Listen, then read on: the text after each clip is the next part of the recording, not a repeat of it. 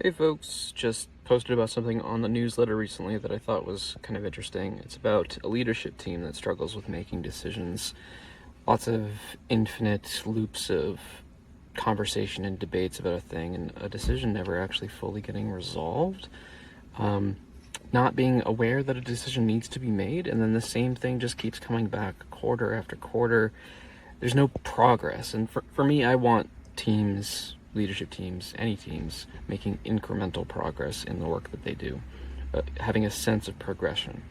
So, for whatever reason that this is happening, like, no surprise, it is happening. It's a stability. It's a thing that is stable. It's a behavior that repeats. And so if you're kind of taking a somewhat complexity-ish view on this, it's like, okay, we've got a stability. What can we do to sort of destabilize it, to make it harder for more of the same things to happen? And I think when folks start to realize that this dynamic isn't working, like, first of all, that's a realization. This isn't working for me. This isn't working for us. This isn't working for the organization. And, the organization's there for a reason, and it's not to spend time having fun, flapping our jaws, and feeling smart.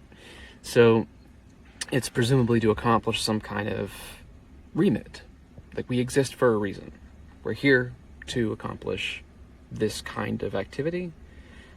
So when they realize that the situation's not working, they are tempted by a dramatic route, right? A confrontation, a big bang, right? To suddenly shift everything back on course.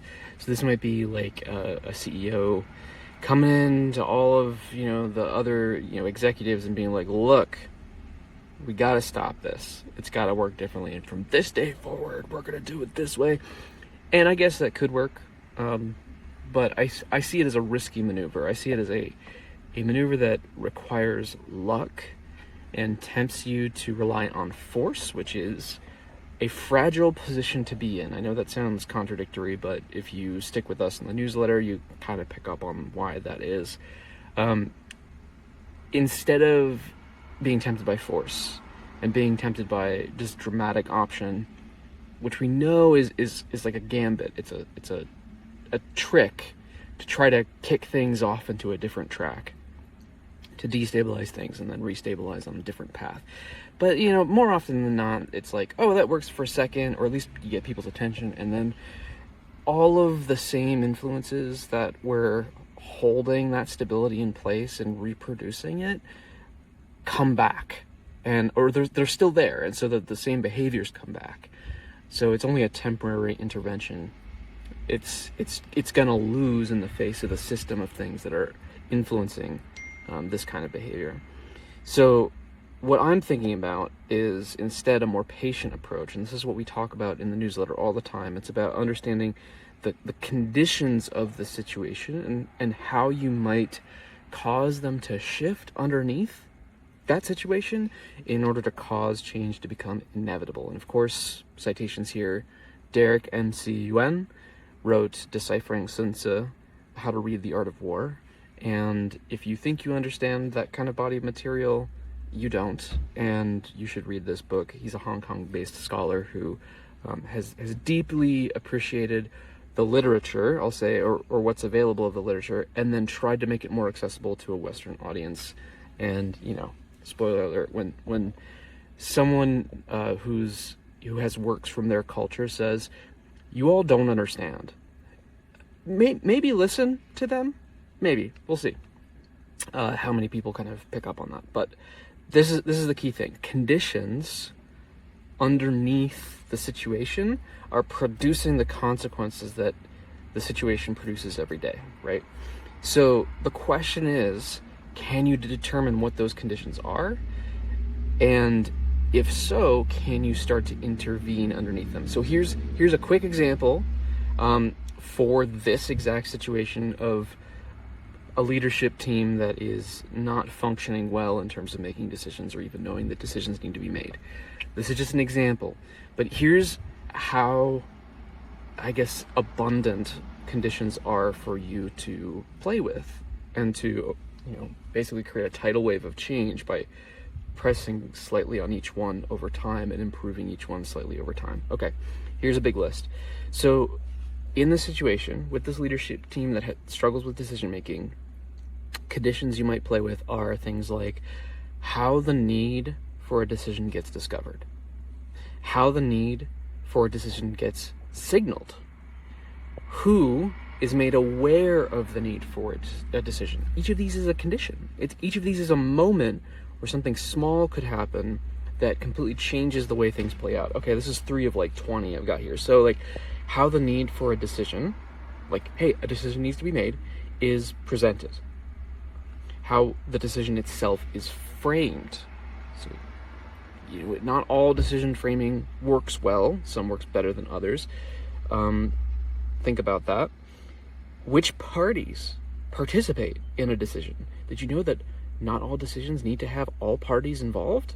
Did you know that you can decide that all parties are necessary and then signal that? Whoa. All right.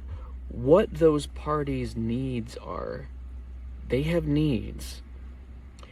Whether those parties feel like their needs are getting met. Lots of needs get met in the kind of conversations that go around and around and around. Interesting about that. Okay, whether decision-making follows a process and what that process is. It's kind of like a 2-for-1 there. Whether that process is explicit, like this is our process, here it is, or implicit, never spoken. Interesting, right? Whether the discussion happens in conversation, in person, by phone, by Zoom, WebEx, Teams, whatever, or in correspondence. Did you know you could have decision-making conversations by email and it work? Did you know that you could do it through documents? Lots of things to play with. Whether the discussion, if there's a discussion, happens in a structured way or an unstructured way. Whether the discussion is unfacilitated, whether it's facilitated by one member of the team, or whether it's facilitated by a third party. These are all conditions to play with. Here are some fun ones. How the discussion begins. How the discussion ends. Whether there's a default answer that the discussion is trying to test versus a choice between 2 options or 3 options or whatever, right? Comes back to the framing a bit. And whether the aim of the discussion is consensus, like everybody's got to be fully on board and say, yes, this is the right option. Just challenge, again, like testing the different options, testing assumptions, things like that. Or whether the discussion is about, here's what we intend to do. Anybody object to that? So addressing objections instead, which I'm borrowing from Sociocracy a little bit there. So this is just a short list of example conditions that you might imagine in this situation, and it's totally an incomplete list. Like if we sat down for half an hour, we could list out probably 30 to 50 more. And so there's no shortage of things that you could be paying attention to and influencing or changing or putting slight pressure on that over time would shift the dynamics underneath these poor consequences that we're getting in order to slowly over time shift what those consequences are. So instead of the dramatic option, there is this patient option.